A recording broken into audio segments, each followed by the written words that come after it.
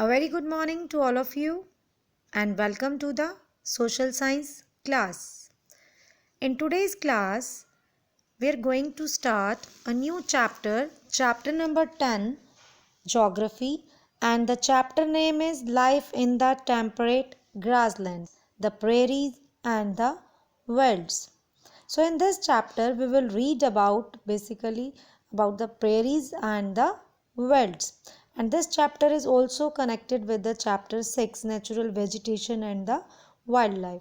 So let us start. See, in the previous chapter we have discussed about the forest, tropical and subtropical. Now in this chapter we will read about the temperate grasslands. See, what is grassland? Grassland are the region where grasses form the dominant type of plant life, and formation of grassland is affected by the type of climate of a region. So that means grasslands are the region, वो areas where grasses form, जहाँ trees की जगह grasses he domination type of plant available है, and formation of grassland is affected by the type of climate of a particular region. So on the basis of climate, words grassland are divided into two broad categories. First is temperate grasslands and second is tropical grasslands.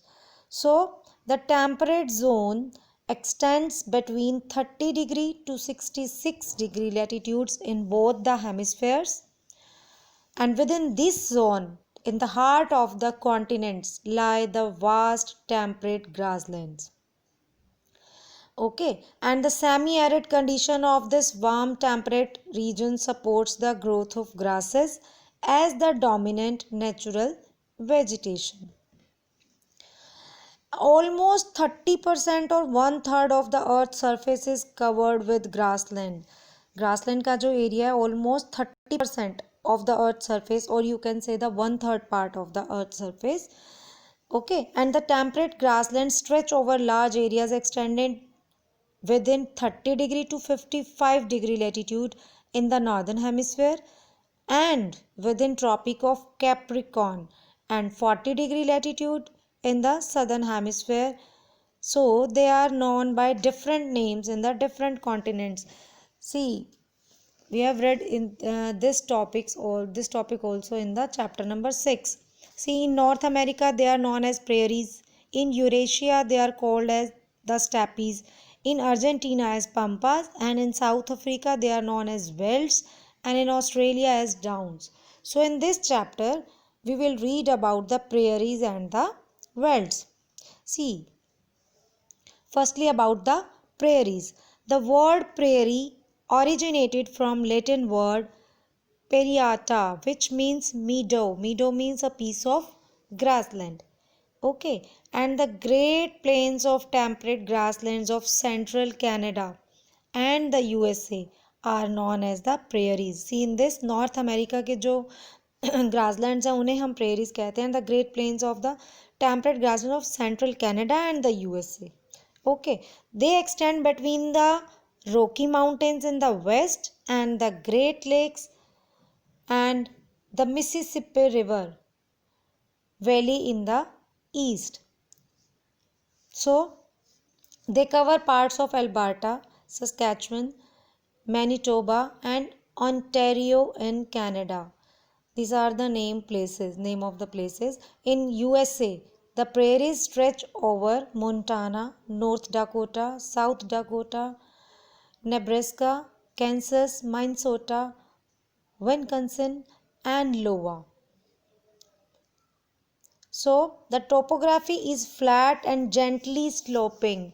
वहाँ का जो topography means the upper layer of the earth is flat and gently sloping. Gentle सा slope है, उस पर बहुत high slope नहीं है. And the rich dark soil with high humus content known as chernozems. Chernozems means very fertile black soil which is rich in humus, is very fertile, and the Mississippi River and its tributary Missouri flow through the grassland of the USA, while the Canadian part is drained by the Saskatchewan River. These are the main rivers of the prairies. Now about the climate.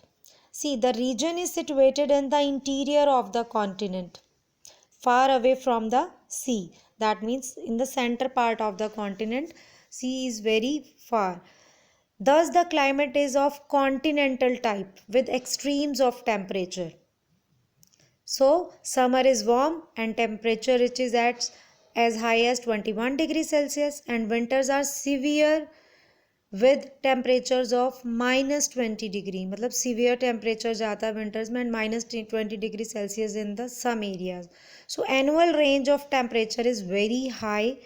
Heavy snowfall takes place during the winter months, and heavy snowfall take place during the winter months, and the average rainfall is about 40 centimeter annually whole year, that means. And the spring showers are ideal for the germination means growth of grass, and the summer rain helps in its growth.